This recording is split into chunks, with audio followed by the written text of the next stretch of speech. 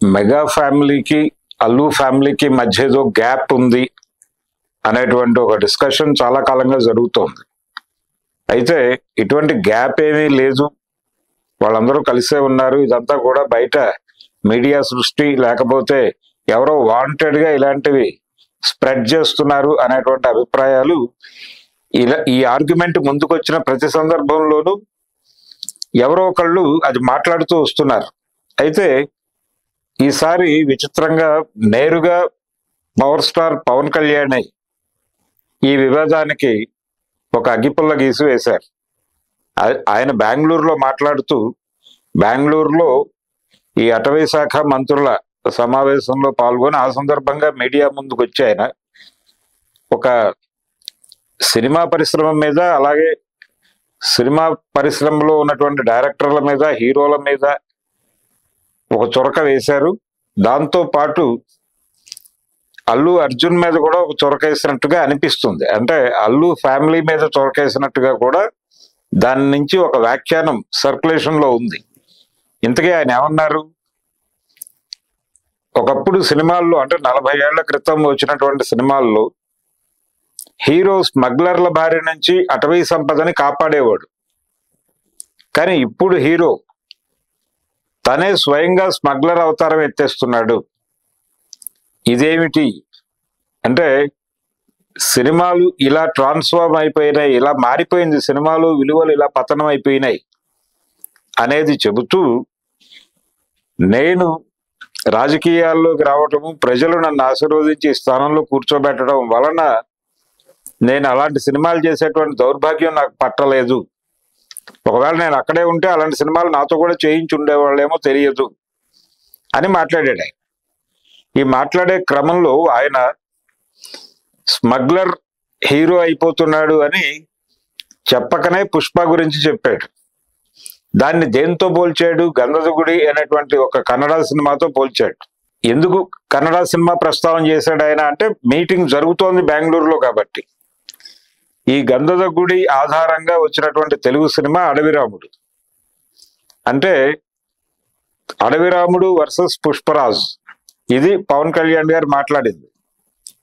అడవిరాముల్లో NT Ramarao గారు ముందు ఏదో అడవికి వెళ్ళినటువంటి ఒక విహారీగా వెళ్ళి అక్కడ తిరుగుతూ అక్కడ జరిగేవన్నీ తెలుసుకుంటూ ఉంటాడు. సెకండ్ హాఫ్ లో ఆయన ఫారెస్ట్ ఆఫీసర్ అనే విషయం తెలుస్తుంది.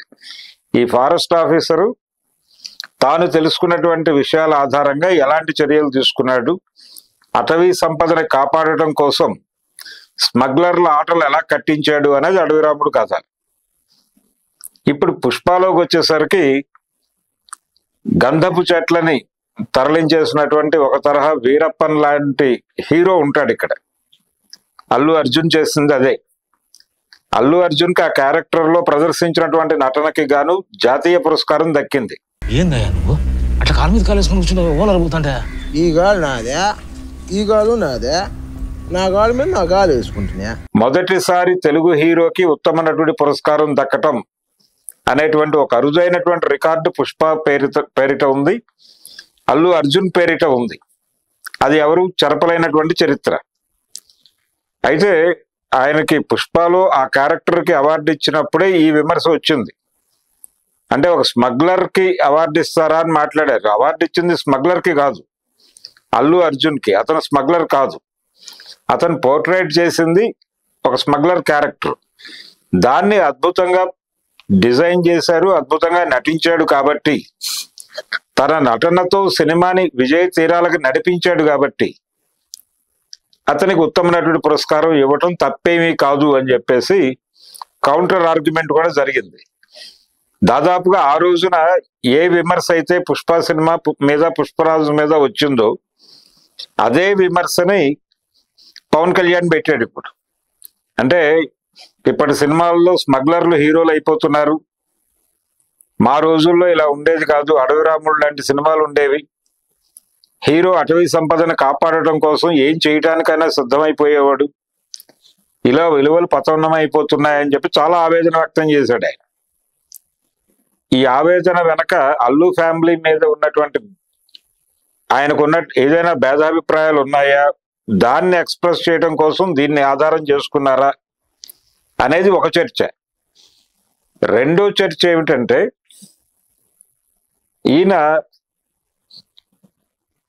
ఈయన చెప్పినట్టుగా స్మగ్లర్ హీరో కావటం అనేది పుష్పరాజుతో మొదలవలేదు.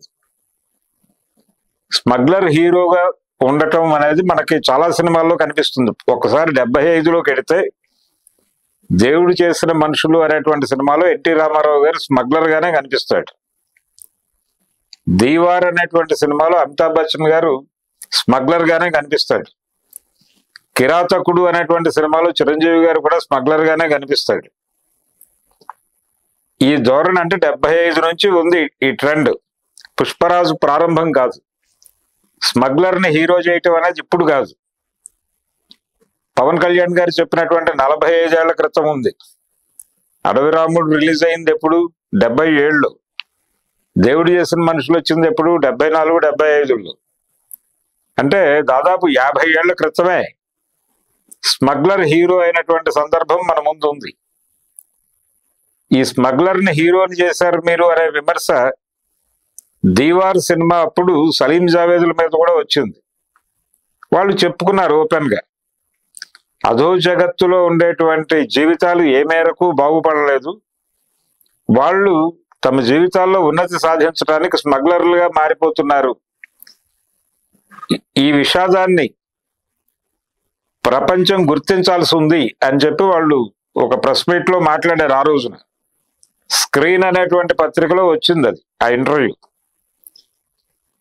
స్వతంత్రం వచ్చిన కొత్తలో స్వతంత్రోద్యమాన్ని కీర్తిస్తూ సినిమాలు తీశారు. దాదాపు 50 దశకం అంతా అలాగే నడిచింది. 60 దశకంలో స్వతంత్ర భారతం సాధిస్తున్న విజయాలు, దాని మీద ఎక్కువ దృష్టి, వస్తున్నటువంటి సంస్కరణలు, వాటి మీద ఎక్కువ దృష్టి పెట్టింది సోషల్ సినిమా. కానీ ఏమీ వనగూడలేదు. ఏ లక్ష్యాల కోసం అయితే స్వతంత్రం సాధించామో ఆ లక్ష్యాలు నెరవేరలేదు.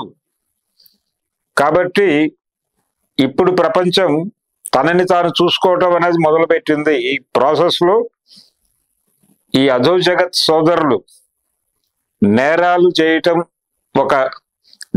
చేయటమే జీవితంగా మార్చేసుకున్నటువంటి ఒక సందర్భం ఉంది. ఆ సందర్భాన్ని చెప్పాల్సి వచ్చినప్పుడు ఖచ్చితంగా స్మగ్లరే హీరో అవుతాడు అని చెప్పారు వాళ్ళు. సో ఈ నేపథ్యాన్ని అర్థం చేసుకోవాలి. తర్వాత పవన్ కళ్యాణ్ గారు ఒక మంత్రిగా ఈ వ్యాఖ్యలు చేశారు. నిజానికి ఇప్పుడు జరుగుతోంది ఏమిటి?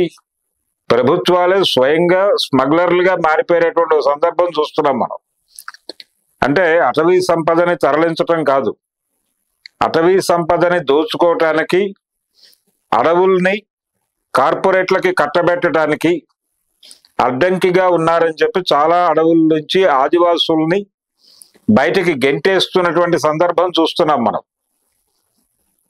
అంటే ఈ సన్నివేశాన్ని ఎలా చూడాలంటే, ఒకప్పుడు విజయవాడలో రౌడీలు ఉండేవారు. ఎందుకు ఉండేవారు రౌడీలు? ఆ రోజున విజయవాడ డిఎస్పి సెంటర్, ఎస్పీ గారు బందర్లో ఉండేవాడు. ఇది డిఎస్పి సెంటర్ కాబట్టి విజయవాడ నగరంలో జరిగే చాలా ట్రాన్సాక్షన్స్ ని, చాలా యాక్టివిటీస్ ని కవర్ చేయటం అనేది పోలీసు వల్ల అయ్యే పని కాదు. కొంత ప్రైవేట్ ఆర్మీ అవసరం అయ్యింది. ఆ రోజున విజయవాడ బిజినెస్ సెంటర్ గా అభివృద్ధి చెందుంది. అనేక సెటిల్మెంట్లు జరగాల్సి ఉంటుంది రోజు. ఈ సెటిల్మెంట్లు చేయటానికి ఒక ప్రైవేటు గ్రూప్స్ అవసరమైనాయి. ఆ అవసరాన్ని తీర్చడానికి కొంత కమ్యూనిస్టు పార్టీలు సహకరించినాయి. అలాగే వంగవీటి రాధా, రంగా లాంటి వాళ్ళు ఉద్భవించారు. వాళ్ళ ఎదుగుదల వెనకాల ఈ సామాజిక అవసరం ఉంది. ఈ అవసరం మీద డిపెండ్ అయ్యి వాళ్ళు ఎదిగారు. తర్వాత ఎన్టీ రామారావు గారు ముఖ్యమంత్రి అయిన తర్వాత విజయవాడను కమిషనరేట్ చేశారు. ముందు అర్బన్ పోలీస్ జిల్లాగా మార్చారు వ్యాస్ గారిని వేసి. ఎప్పుడైతే ఇది డిఎస్పి సెంటర్ నుంచి పెరిగిందో పోలీస్ ఫోర్స్ కూడా పెరిగింది. పెరిగిన తర్వాత ఇక్కడ ఏవైనా గొడవలు జరిగితే వాళ్లే సెటిల్మెంట్లు చేసేవాళ్ళు. సో పోలీసులే, స్టేటే సెటిల్మెంట్లు చేస్తోంది కాబట్టి ఇంకా ప్రైవేట్ గ్రూపులు అక్కర్లేదు. దాంతో వంగవీటి రంగా, దేవినేని నెహ్రూ వీళ్ళందరికీ ఉపాధి లేకుండా అయిపోయినటువంటి సందర్భంలో వీళ్ళందరూ రాజకీయ ప్రవేశం చేశారు.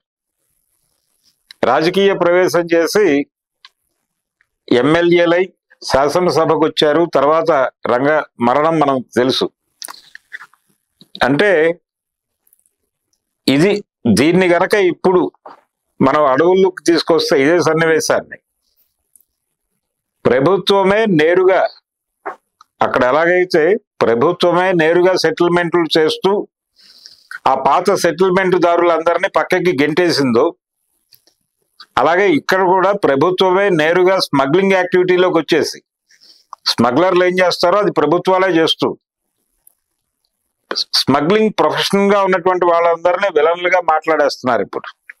అంటే తమ జీవిక కోసం గత్యంతరం లేక ఈ యాక్టివిటీలోకి ఎంటర్ అయిన వాళ్ళనేమో పెద్ద విలన్లుగా చూపిస్తూ, వీళ్ళేమో చాలా గొప్ప వ్యక్తులుగా అభివృద్ధి కోసం వాళ్ళ జీవితాలను అభివృద్ధి చెందించటం కోసం తాము అడవుల్ని కార్పొరేట్లకు కట్టబెట్టేస్తున్నట్టుగా అభివృద్ధి ముసుగులో జరుగుతున్నటువంటి దోపిడీ ఇది.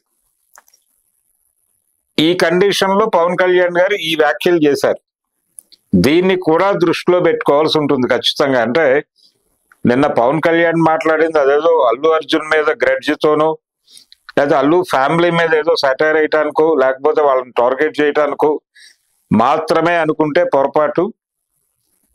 ఆయన చాలా స్పష్టంగా చాలా విషయాలు తడిమాడు. అటవీ పరిరక్షణ పేరుతో అభివృద్ధి పేరుతో అడవుల్ని కబళించేయటానికి ప్రభుత్వాలే సిద్ధమైపోతున్నటువంటి సందర్భంలో స్మగ్లర్లను హీరోలను చేయకండి అని సినిమా పరిశ్రమకి ఒక ఇండికేషన్ ఇచ్చాడు ఆయన.